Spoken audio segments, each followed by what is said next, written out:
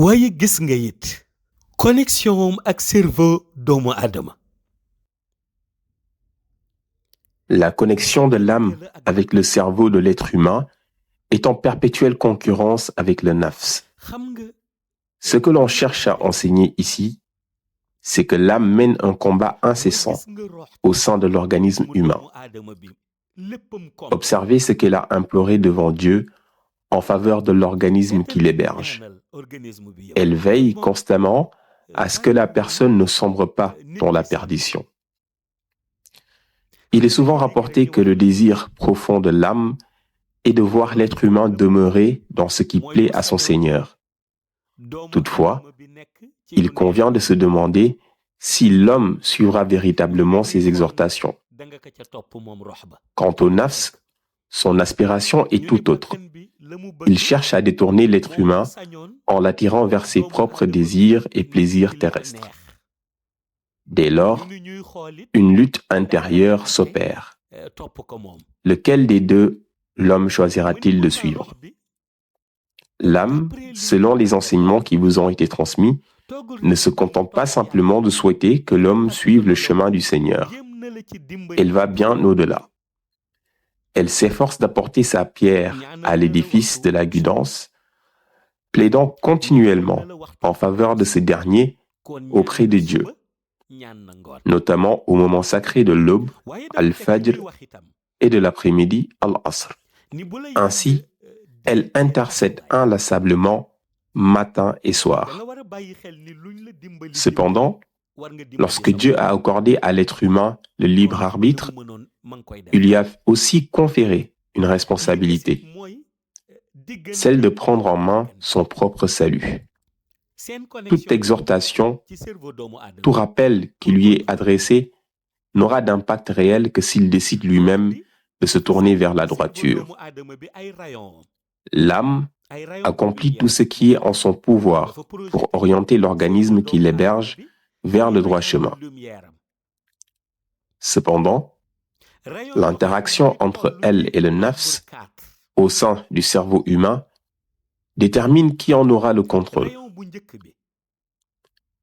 L'âme projette ainsi 4 rayons de lumière dans le cerveau, chacun ayant un rôle spécifique.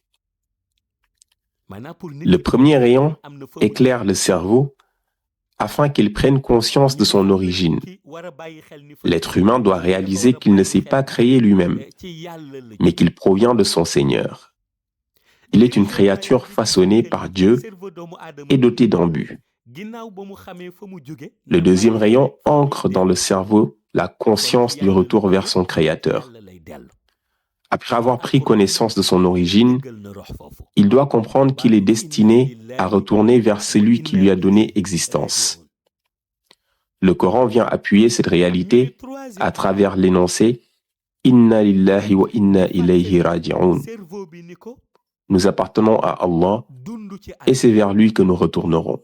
Le troisième rayon rappelle à l'homme que la vie terrestre est éphémère. Ce monde n'est qu'un passage, une étape transitoire. Lorsqu'il apprend le décès d'un proche ou d'un être cher, il doit intégrer en lui-même la vérité universelle qu'un jour viendra où il se retrouvera dans les mêmes conditions et connaîtra à son tour la mort. Le quatrième rayon établit la conscience de la responsabilité de l'homme vis-à-vis de son Seigneur. L'existence humaine ne peut être perçue comme un simple hasard ou un vagabondage sans but.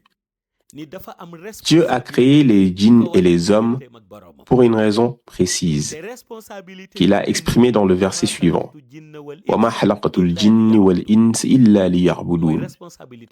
Je n'ai créé les djinns et les hommes que pour qu'ils m'adorent.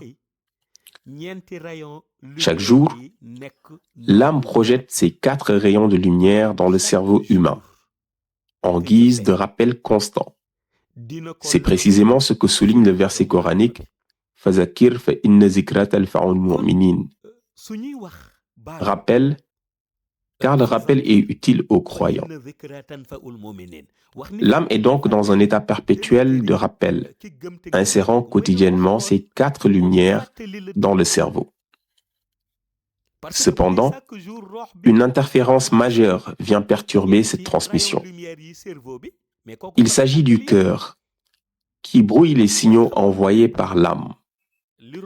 Car, au moment même où celle-ci projette ses 4 rayons dans le cerveau pour inciter l'homme à la réflexion et à la voie de l'adoration divine, le cœur, à son tour, émet 5 autres rayons qui viennent s'opposer à ce message. Ces 5 rayons lancés par le cœur se dirigent également vers le cerveau. Le premier rayon projeté par le cœur a pour objectif de faire oublier à l'être humain que sa vie sur Terre est passagère et éphémère. Il lui fait savoir qu'il lui reste beaucoup d'années à vivre, qu'il aura le temps de rattraper beaucoup de choses. Le deuxième rayon lui fait savoir qu'il est bien portant, donc il a le droit de faire tout ce que les personnes en bonne santé font. Le troisième lui fait aimer la vie terrestre en lui rappelant que sans la compétition, il n'obtiendra rien dans ce bas monde. Le quatrième rayon rappelle que tout ce qu'une personne a pu avoir dans ce bas monde, comme richesse, capacité ou influence, qu'il devrait être capable d'avoir la même chose. Il lui fait ainsi oublier sa propre personne et le pousse à la rivalité. Pour le cinquième, le cœur le pousse à croire que personne ne doit être mieux ou avoir plus que lui. Si quelqu'un a plus d'argent ou plus d'influence, il devra tout faire pour avoir davantage que lui. En regardant de près ces 5 rayons que le cœur lance, tu verras qu'Iblis se trouve derrière tout cela, orientant ainsi le cœur. Voici donc le combat. D'un côté, l'âme orientée par les âmes des Salihin, dirigée par le prophète Sayyidina Muhammad sallallahu alayhi wa sallam, avec sa science qui aide l'âme à centraliser la lumière mohammedienne, afin qu'elle puisse projeter les 4 rayons de lumière vers le cerveau, servant ainsi à conscientiser l'homme pour qu'il prenne conscience et se mette sur le droit chemin. Et de l'autre côté, le cœur contrôlé par Iblis, qui puise dans ses ténèbres pour lui permettre de projeter ces 5 rayons dans le cerveau, afin d'orienter l'individu dans ce bas monde pour qu'il en fasse sa priorité et oublier ainsi la mort. Et l'on se demande dans ce combat de quel côté l'homme basculera. Et c'est là que se trouve le problème. Si l'âme l'emporte, alors le vœu de la personne sera d'adorer son Seigneur en permanence. En revanche, si le cœur l'emporte, il voudra toujours se concentrer sur ce bas monde et s'éloigner ainsi d'Allah. C'est aussi là que l'on perçoit l'utilité du zikr. En effet, le zikr de la Salatul Fatiha qui t'a été donné s'adresse à l'être qui est en vie avec son âme. Il n'a pas été donné à quelqu'un dont l'âme s'est élevée après sa mort. Ainsi, le zikr a donc un rôle de soutien vis-à-vis de l'âme sur terre. L'âme, engagée dans ce combat, centralise certaines forces afin d'appliquer ces 4 rayons, tandis que le cœur, de son côté, fait tout pour appliquer ces 5 rayons. Cependant, le zikr de la Salatul Fatiha que tu récites renforce l'âme. Avec la Salatul Fatiha, les 4 rayons envoyés par l'âme pour servir la personne s'intensifient et effacent tout ce que le cœur avait envoyé pour le cerveau. Ces 4 rayons, grâce à leur intensité, recouvrent entièrement le cerveau, permettant ainsi à l'âme de dominer à 100%. Dans ce cas, le cerveau de la personne appréciera ce que l'âme lui apporte et en sera satisfait. Grâce à cette satisfaction, il éliminera tout ce que le cœur lui avait transmis à travers ces 5 rayons. Ensuite, il utilisera la lumière obtenue par le zikr pour la transmettre à son tour au cœur. Lorsque le cœur goûtera à cette lumière venant de l'âme, qui est passée par le cerveau avant de lui parvenir, il développera l'autosuffisance et apprendra à se contenter de ce qu'est là et en sera pleinement satisfait. Ala bi zikrillahi tatma'inul qulub. En vérité, c'est par le rappel d'Allah que les cœurs s'apaisent. C'est ainsi que la certitude s'installe. La certitude ne s'installe que lorsqu'il y a une cohabitation entre le ruh, l'âme, et le nafs. Une cohabitation reconnue et acceptée par Allah.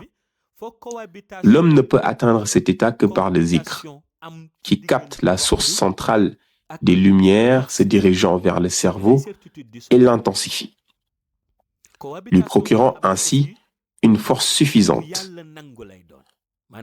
Grâce à cette puissance, il utilisera les 4 rayons lumineux de l'âme pour effacer les 5 rayons envoyés par le cœur afin de le détourner. Ensuite, ces lumières, une fois réunies, se dirigeront vers le cœur et l'approvisionneront à leur tour en lumière jusqu'à l'entourer complètement. C'est alors que se révèle la véritable signification de « Ala bi zikrillahi tatma'inul qulub » et la personne commencera à vivre la certitude. commencé moom di dund ca la ñu tuddee la certitude